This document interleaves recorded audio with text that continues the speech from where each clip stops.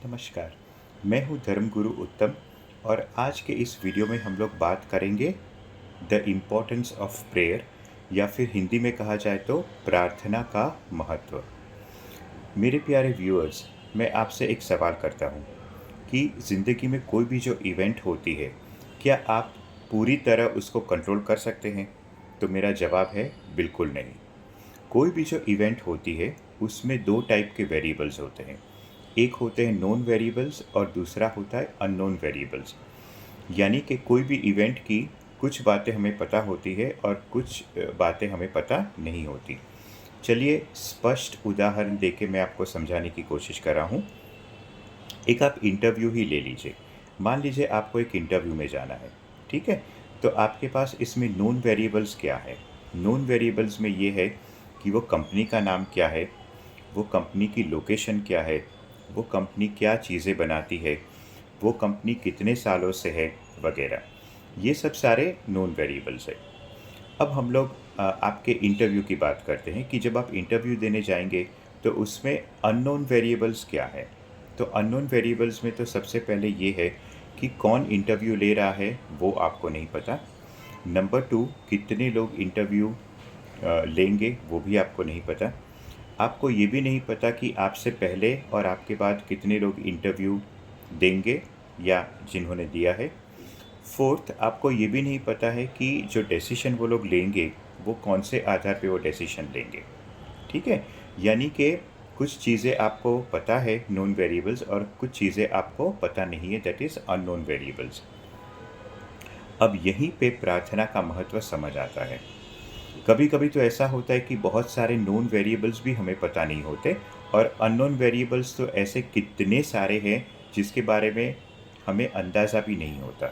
तो वो unknown variables को कंट्रोल करने के लिए या फिर उसे अपनी तरफ लाने के लिए, ठीक है, यानी कि जो भी रिज़ल्ट हो वो अपने फेवर में लाने के लिए हम लोग ईश्वर से प्रार्थना करते हैं कि जो अननोन फैक्टर्स है उस पे आप अपना आशीर्वाद दीजिए ताकि वो अननोन फैक्टर्स हमारे कंट्रोल में तो मैं नहीं कहूँगा, हमारे फेवर में वो काम करे और हमारा काम वो पूरा हो जाए।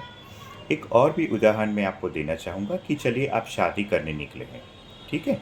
शादी करने निकले हैं तो आपको नोन वेरिएबल्स उसमें क्या है? नोन वेरिएबल्स में है कि भाई वो जो लड़का है, ठीक है, उसका नाम आपको पता है, उसके फैमिली में कितने लोग हैं वो पता है, वो लड़का क्या काम करता है वो पता है, उसकी सैलरी क्या है वो पता है।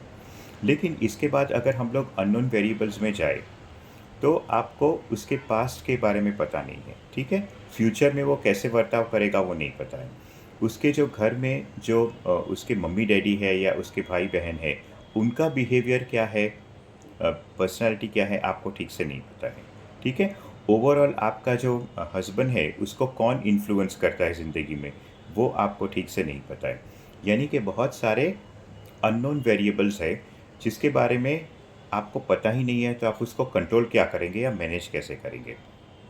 तो फिर से यहाँ पे प्रार्थना का महत्व आता है कि जब एक लड़की शादी करके अपने ससुराल जाती है तो वो भगवान से प्रार्थना करती है कि जो अननोन फैक्टर्स है वो उसके फेवर में रहे, यानी कि उससे कोई प्रॉब्लम क्रिएट ना करे। और सिमिलरली जो आजकल के ज़माने में देखा जाए तो इवन लड़का जब शादी करता है तो वो भी लड़की के बारे में जो अननोन फैक्टर्स है, जैसे कि लड़की की जो अपब्रिंगिंग है वो कैसी हुई है, लड़की ज़िद्दी स्वभाव की है कि नहीं, लड़की किसका कहना मानती है, किसके इन्फ्लुएंस में आ जाती है, वगैरह। तो ये सारे जो अननोन फैक्टर्स हैं उसके लिए वो हस्बैंड भी भगवान से प्रार्थना करता है कि वो सारे अननोन फैक्टर्स उसके फेवर में हो ताकि उसकी मैरिड लाइफ स्मूथ चले।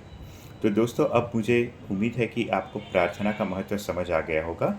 तो ज़िंदगी में कोई भी इवेंट हो जिसमें आपके पास आपके सामने बहुत सारे अननोन फैक्टर्स है, अननोन वेरिएबल्स है जिसके बारे में आपको कोई जानकारी नहीं है, उसके लिए आपको प्रार्थना करना बहुत ज़रूरी है ताकि भगवान का आशीर्वाद मिलने के बाद वो जो अननोन फैक्टर्स है वो या तो पूरे के पूरे आपके कंट्रोल में आ जाए, या फिर सेकेंडली अननोन फैक्टर्स की डिग्री सपोज़ 100 है तो प्रेयर्स के बाद उसकी 20 या 30 आ जाए जो आप मैनेज कर सकें। आज के वीडियो में बस सिर्फ इतना ही। वीडियो को लाइक कीजिए, कमेंट कीजिए और सब्सक्राइब कीजिए। नमस्कार।